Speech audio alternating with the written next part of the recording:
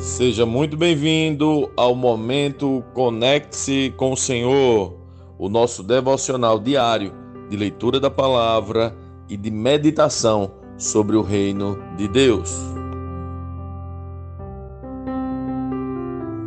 Hoje nós vamos finalizar mais uma maravilhosa carta do apóstolo Paulo a Tito, capítulo 3.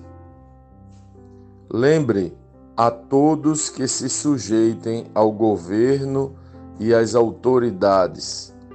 Devem ser obedientes e sempre prontos a fazer o que é bom. Não devem caluniar ninguém, mas evitar brigas. Que sejam amáveis e mostrem a todos a verdadeira humildade. Em outros tempos, também éramos insensatos e desobedientes. Vivíamos no engano e nos tornamos escravos de muitas paixões e prazeres. Éramos cheios de maldade e inveja e odiávamos uns aos outros. Mas, quando Deus, nosso Salvador, revelou sua bondade e seu amor, Ele nos salvou, não porque tivéssemos feito algo justo, mas por causa de sua misericórdia. Ele nos lavou para remover nossos pecados, nos fez nascer de novo e nos deu nova vida por meio do Espírito Santo. Generosamente derramou o Espírito sobre nós por meio de Jesus Cristo, nosso Salvador. Por causa de sua graça, nos declarou justos e nos deu a esperança de que herdaremos a vida eterna. Essa é uma afirmação digna de confiança e quero que você insista nesses ensinamentos, para que todos os que creem em Deus se dediquem a fazer o bem. São ensinamentos bons e benéficos para todos. Não se envolva em discussões tolas sobre genealogias intermináveis, nem em disputas e brigas sobre a obediência a leis judaicas. Essas coisas são inúteis e perda de tempo. Se alguém tem causado divisões entre vocês, advirta-o uma primeira e uma segunda vez. Depois disso, não se relacione mais com ele. Tais indivíduos se desviaram da verdade e condenaram a si mesmos com seus pecados. Planejo enviar-lhe Ártemas ou Tíquico, assim que um deles chegar. Procure ir ao meu encontro em Nicópolis, pois decidi passar o inverno ali. Faça todo o possível para ajudar Zemas, o advogado, e Apolo na viagem deles. Providencie que tenham tudo de que precisam. Nosso povo deve aprender a fazer o bem, ao suprir as necessidades urgentes dos outros. Assim, ninguém será improdutivo. Todos aqui mandam lembranças. Por favor, envie minhas saudações a todos que nos amam na fé. Que a graça de Deus esteja com todos vocês.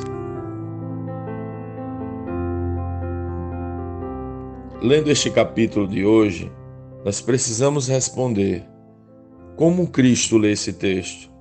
O que aprendemos nele? E que aplicações práticas esse texto deve trazer para as nossas vidas?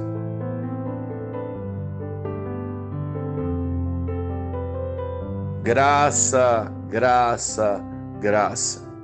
Maravilhosa graça. Nesta carta, Paulo fala de forma direta sobre a graça e seus efeitos em nossas vidas. Tanto a Timóteo quanto a Tito, Paulo insiste que eles ensinem sobre a graça para combater a religiosidade e a justiça própria. Timothy Keller diz em um dos seus livros que devemos estar sempre pregando sobre a graça, pois não devemos ignorar a capacidade dos corações se desviarem do Evangelho. Tenho muita convicção que era essa a intenção de Paulo, pois facilmente nossos corações são inclinados a nos achar merecedores da salvação e do amor de Deus. Uma vez que nos vestimos melhor, deixamos de falar palavras de baixo calão, ou passamos a frequentar algum culto, já nos achamos merecedores. Paulo relembra a nossa natureza pecaminosa quando diz: em outros tempos também éramos insensatos e desobedientes. Vivíamos no engano e nos tornamos escravos de muitas paixões e prazeres. Éramos cheios de maldade e inveja e odiávamos uns aos outros. Quando fomos alcançados, não fomos porque acordamos um dia, pensamos direito sobre a vida e decidimos agora vamos ser bonzinhos. Aliás, o Senhor não nos alcançou porque fomos bonzinhos ou somos bonzinhos, porque na verdade não somos. Ele nos alcançou por causa da sua misericórdia. Paulo diz: mas quando Deus, nosso Salvador, revelou sua bondade e seu amor, ele nos salvou não porque tivéssemos feito algo justo, mas por causa da sua misericórdia. Ele nos lavou para remover nossos pecados, nos fez nascer de novo e nos deu nova vida por meio do Espírito Santo. Generosamente derramou o Espírito sobre nós por meio de Jesus Cristo, nosso Salvador. Por causa da sua graça, nos declarou justos e nos deu a esperança de que herdaremos a vida eterna.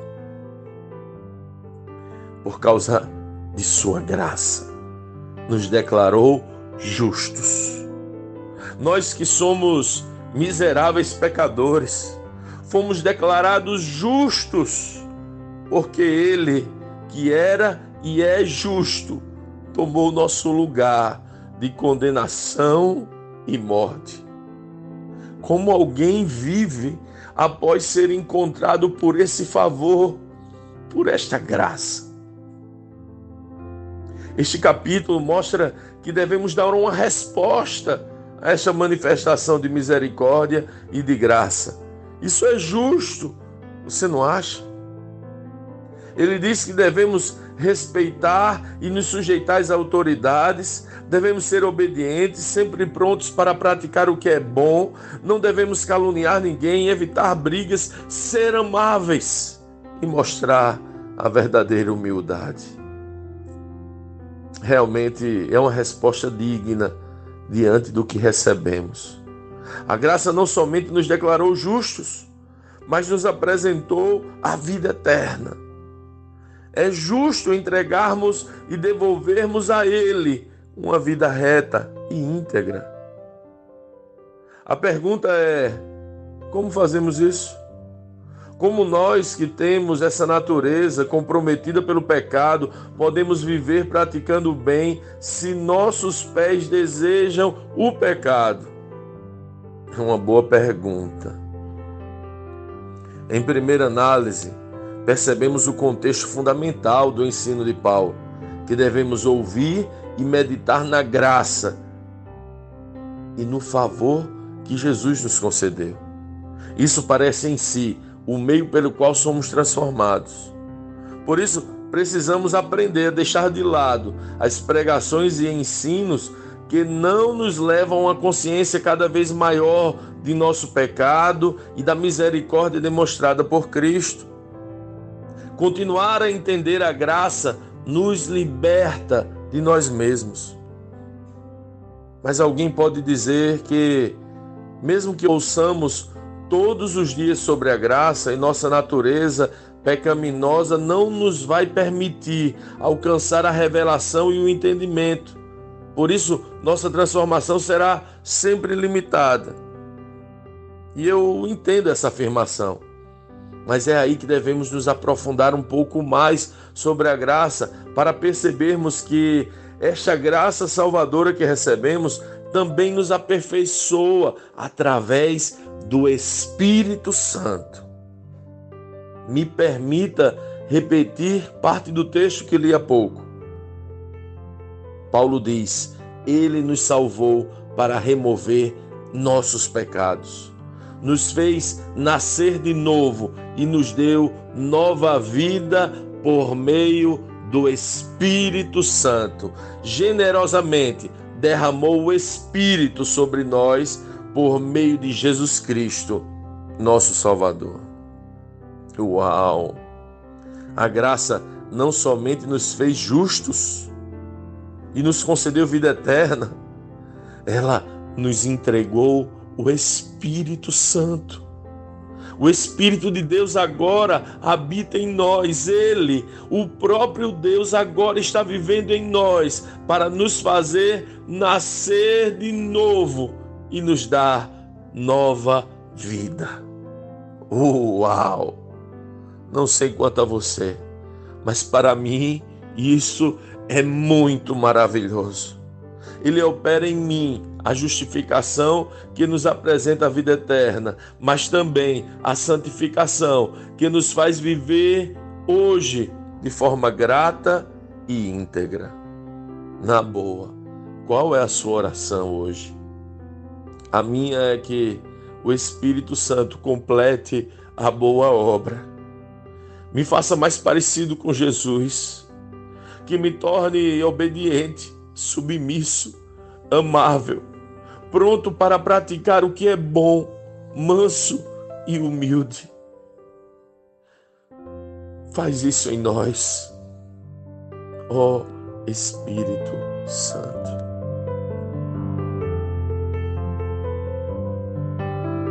Sim, que bom ter você neste devocional e poder compartilhar o Evangelho. Mas, como sempre dizemos, o texto de hoje e o texto de cada dia tem muito mais para oferecer, muito mesmo.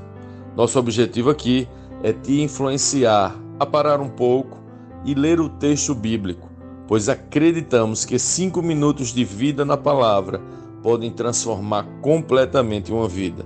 Que Deus te abençoe. Leia, medite, comente, pergunte e adore o Senhor no seu lugar secreto. Conecte-se com o Senhor.